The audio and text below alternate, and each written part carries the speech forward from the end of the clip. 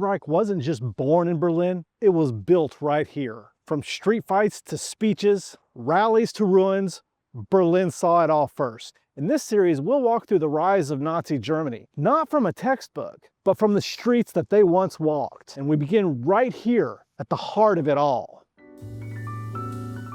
This was Berlin in the early 1930s.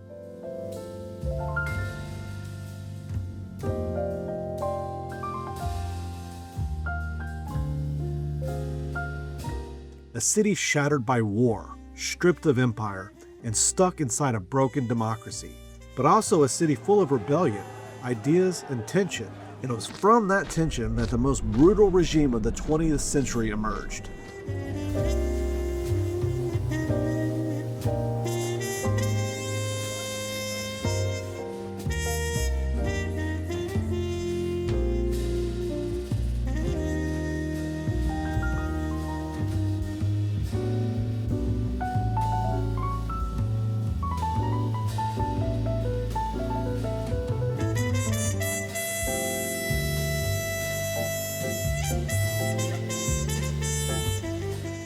The Weimar Republic, Germany's first democracy, was formed out of defeat, and Berlin, its capital, became sort of a pressure cooker.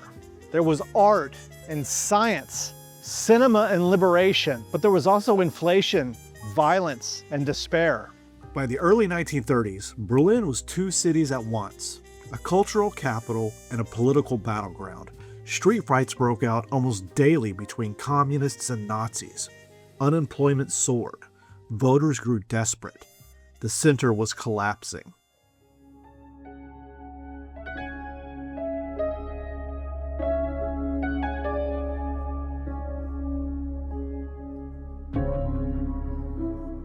The Nazis didn't invent anti-Semitism or nationalism, but they certainly knew how to weaponize it, especially here where chaos made irrational solutions sound reasonable.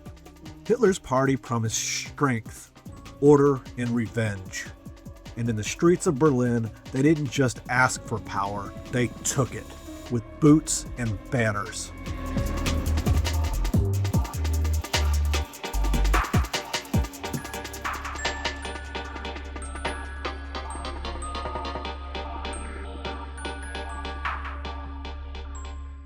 Before the Third Reich ruled Germany, it ruled parts of Berlin. Right here in office buildings along Wilhelmstrasse, Hitler's early regime took root. It wasn't yet a dictatorship, but it sure was starting to act like one.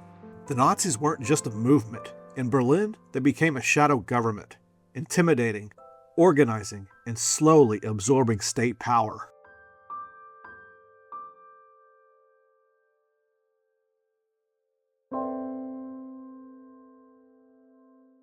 January 30th, 1933, Hitler becomes Chancellor of Germany, not through a revolution, but through a political deal.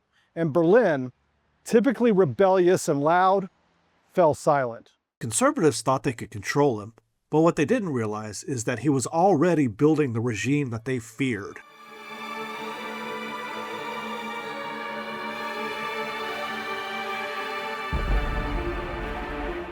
Just a few months later, here in Babelplatz, students gathered to burn books, the works of Jews, leftists, LGBTQ+ authors.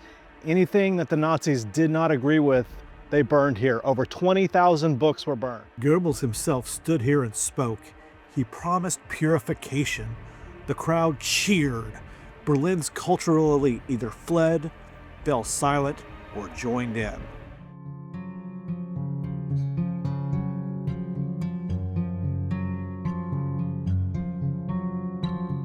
The Third Reich didn't begin with war or genocide. It began with hope, with fear, and with a hunger for change.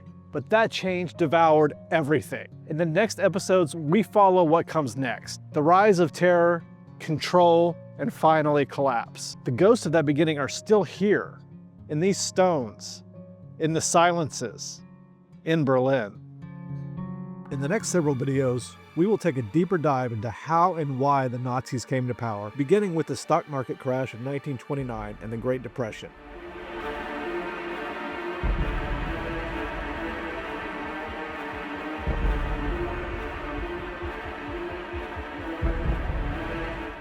I hope you enjoyed this series. If you do, please make sure to hit the like button and subscribe to take this journey through Berlin with me.